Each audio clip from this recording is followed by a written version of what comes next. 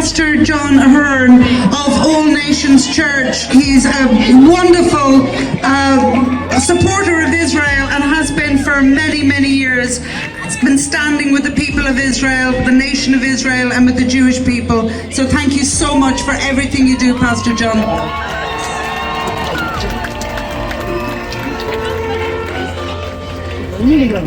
Hello, Dublin!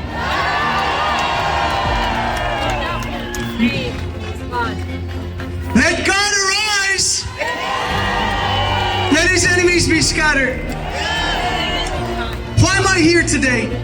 I'm here as a husband, a father, and a minister to publicly and unapologetically stand with Israel and condemn the actions of those who spread hate and lies under the guise of so-called Palestinian liberation. You see, it's really no different to those who glorified the cause in the 70s, justifying the murder of innocent people in Northern Ireland in the name of Irish liberation. I'm here as an Irishman who believes in the principles of freedom, faith, family, respect for life, democracy, dignity, and decency, each of which were violated by the barbaric acts of October the 7th, a day that saw the biggest loss of Jewish lives since the Holocaust. And yes, the loss of Palestinian lives since has been tragic. One life lost is far too many. But it's wrong to draw an equivocation or equivalence between the actions of Hamas and the IDF. One actively targets civilians while the other seeks to avoid civilian death. I think it's important to make this distinction before we go any further, because while many people have died in Gaza since October the 7th, it's clear that the responsibility falls directly with Hamas, who instigated this conflict. And since that time, Israel have faced the quandary. Pretend October the 7th was a mass mental health incident, as many European governments have after terror attacks, or deal directly with the threat and face international censure. You know, personally, I'm tired of the propaganda, the lies, the misinformation, and the misrepresentation, and the shallow opportunism and point scoring engaged in by many over this last year, including many of our political elites, where attacking and demonizing Israel has simply become the latest trendy cause to support. Cynically used by Irish politicians in many instances in an effort to deflect from their own utter ineptitude. How about fixing the many pressing issues in this country before lecturing Israel? I mean, a government that can't even stop tents being put up in the Grand Canal want to fix the Middle East. I mean, in a way, you have to give a grudging respect to many of our far-left TDs, because at least they always hated Israel, and they did it long before it was cool. But now we have a government that are trying to out Sinn Féin, and I think that's quite pathetic.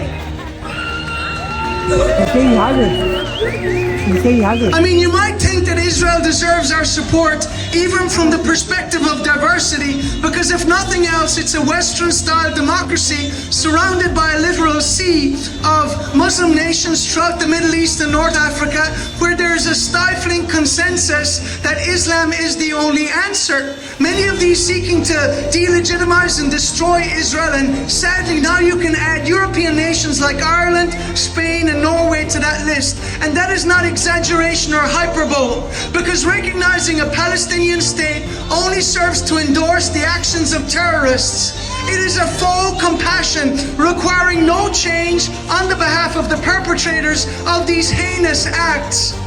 Our unequivocal approval of a Palestinian state with no regard for who will run it or what it will stand for is an indictment of our moral bankruptcy and our misplaced compassion.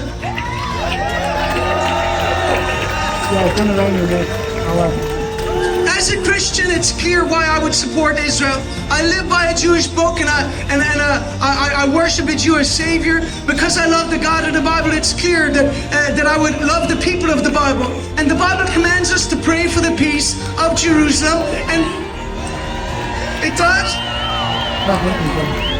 And by direct inference the state of Israel, because Jerusalem is the capital of Israel and has been for thousands of years. You know, I love this city of Dublin. It was founded in 988 AD, and yet 2,000 years earlier, King David chose Jerusalem as the capital of the state of Israel. And you can see therefore that the Jewish people are the indigenous people to the land of Israel. And so, but notwithstanding the fact that as a Christian I stand with Israel, even if I wasn't, I would do so for three reasons very quickly. Firstly, history. Ecclesiastes 1:9. What has been will be again. What has been done will be done again. There is nothing new under the sun. There is nothing new, especially if you are a Jew. You celebrate Purim with good reason.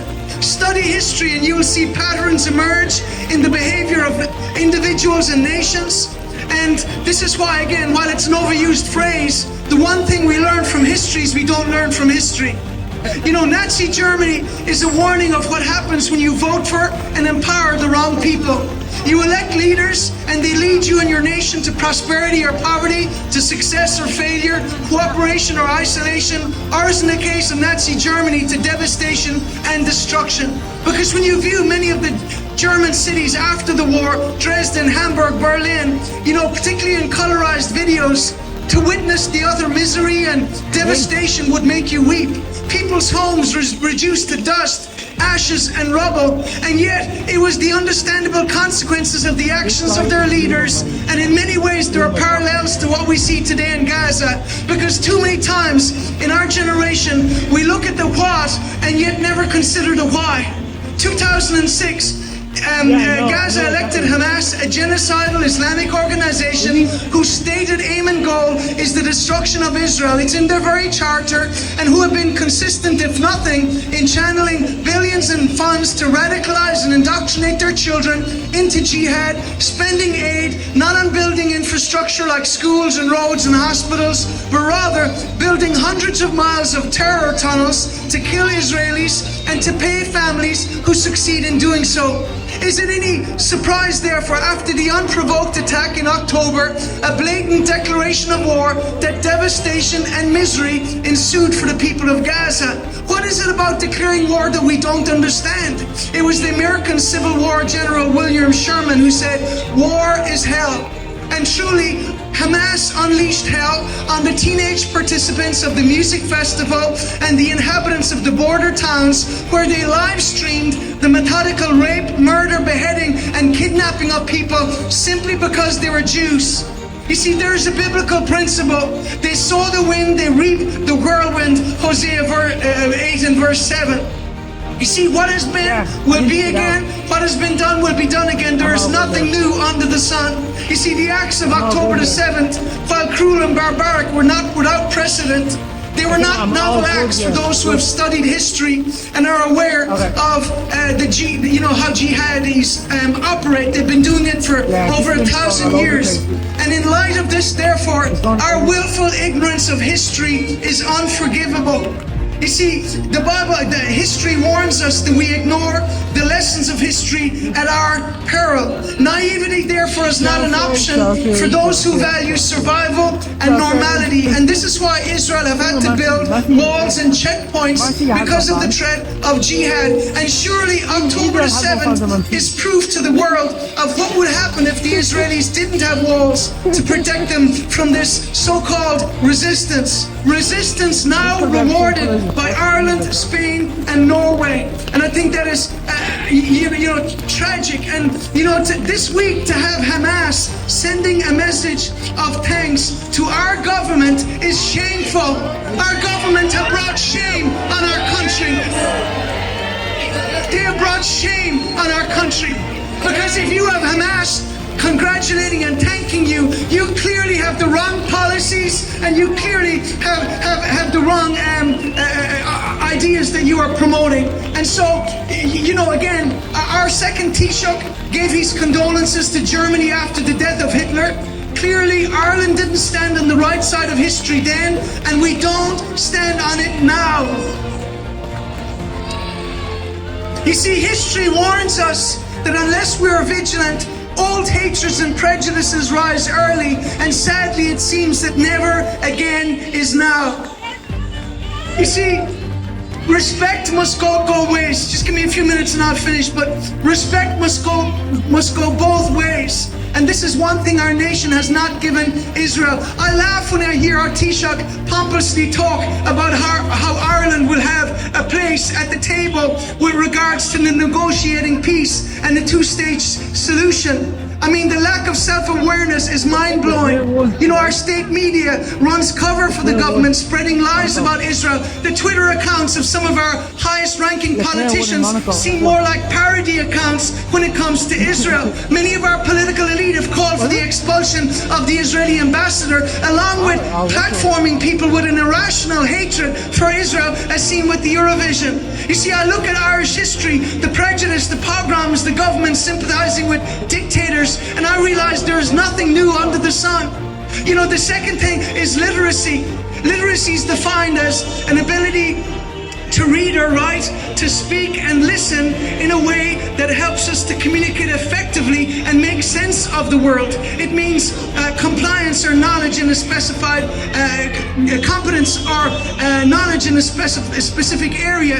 And what it simply means is your ability to use your brain that God gave you to navigate through the lives of our age. And this is the problem with our generation. We scroll rather than read. We feel rather than think. We take sound bites from radio, TV and social media, and thus our generation has knowledge that's a mile wide and an inch deep. And this is why education is so important. It was Rabbi Jonathan Sachs who said, to defend a country, you need an army, but to defend a civilization, you need education. And this is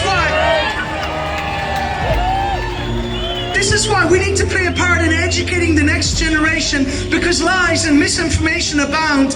How different is much of the content online today from what was in magazines and newspapers in Nazi Germany, and yet many people are devouring that content, lies and tropes presented in a new format, and yet it's the same old lies. The lies that, you know, Jews control the media. I mean, that would be funny if it wasn't so ridiculous. You know, Jews control government. Well, not the Irish government. We're boldly flying the flag of terrorism, resistance.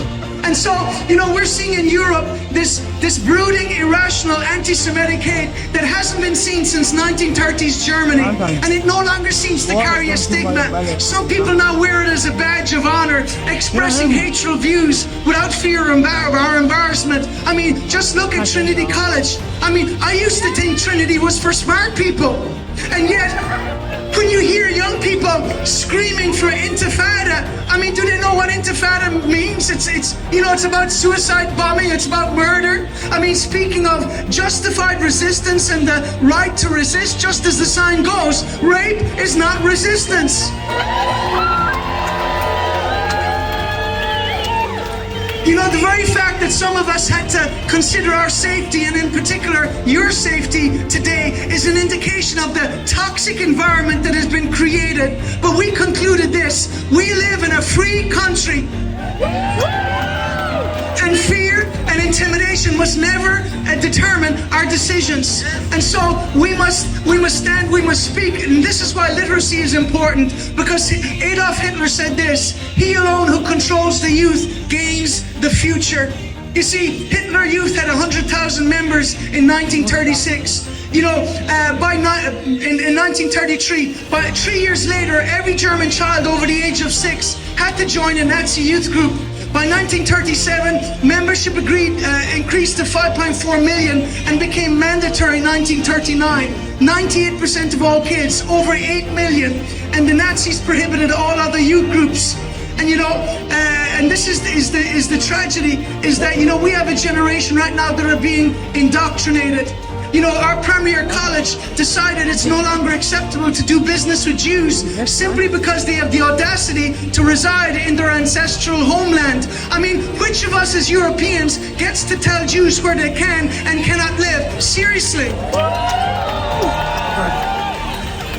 In light of the Holocaust, a little humility in the very least would be appropriate. And so, again, yes, free Palestine. Free Palestine from its Arab colonizers, you know?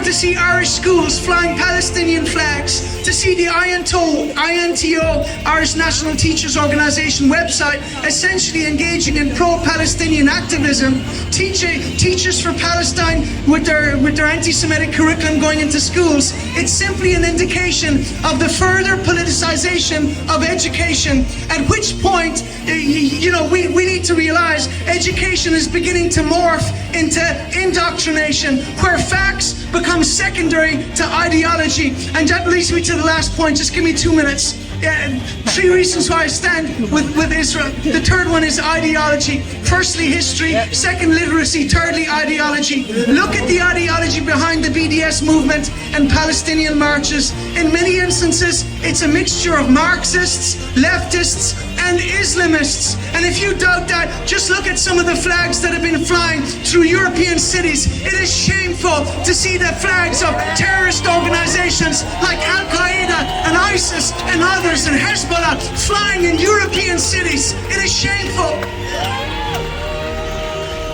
But many of these groups and individuals have an obsession not just with the fall of Israel, but the fall of Western civilization.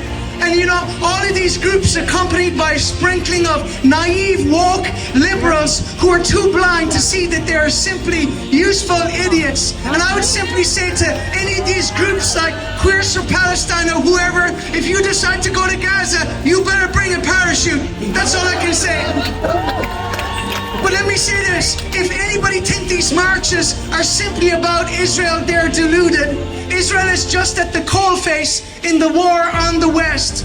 Protesters are part of the so-called Great Reset. Many of them are not just anti-Zionist, which is a new politically correct term for anti-Semitic. They're anti-capitalist, anti-democratic, and ultimately anti-freedom. And I will say this, as a pastor, as a minister, I have a vested interest in freedom of speech and freedom of religion, of which I would have neither if these forces were to prevail. And so when people deride Israel as an outpost of Western democracy, understand this, the outpost is all you have. After that, the enemy is at the gates. And in many instances, that is already happening here in Europe. But be under no illusion. First, the big Satan, and then the little Satan. First, Israel, then America and the West. And it doesn't take a great intellect to figure this out. There's a pattern going back over 1400 years. And therefore, it is disingenuous for people to say that there would be no problems if Israel didn't have a right-wing government. Let me say this, October the 7th would have happened whether you had right-wing, left-wing, or somewhere in the middle. It would have still happened because ultimately people are missing the point. According to Jihad, Israel must fall, and after that the Western world. And therefore for the Taoiseach to pretend that Hamas are not representing Palestinians is disingenuous to say the least. And the government are unwittingly aligning this country with terrorism and have brought shame onto this country. 60 seconds. If you are on the same side as Iran, you are on the wrong side. Iran have promised to wipe Israel off the face of the map, but they will fail. And like I said, for those disparagingly referring to Israel as an outpost of Western imperialism, is that bad? A nation that holds to Western values in the midst of nations where there are very different values inconsistent with our own. Values like, child marriage, polygamy, acid attacks, honor killings, death to gays and apostates. Let me say this, not all cultures are equal, and if ours is to have a future, we have to be able to say that. And this is why in the warped mind of a jihadi, Israel has to be destroyed. And so whether you're talking about a one-state solution or a two-state solution, it really is only a step towards their ultimate objective, which is a final solution. And therefore it's utterly illogical to claim that you condemn the actions of Hamas on October the 7th, and yet you endorse a state that will be led by Hamas. Because, as I finish, a Palestinian state will not be democratic. It will simply be yet another dysfunctional terror state intent on destroying Israel. It will be a platform or a base from which to launch regular jihad attacks. How do I know? Hamas enjoy overwhelming support. Some surveys say over 80%, and therefore even for the actions of October the 7th, amazingly. And so if you're expecting the new Paris of the Middle East, in Palestine, don't hold your breath. Just hold your nerve and stand with Israel, because even if nobody else does, God does. Thank you for that rousing speech, Pastor John.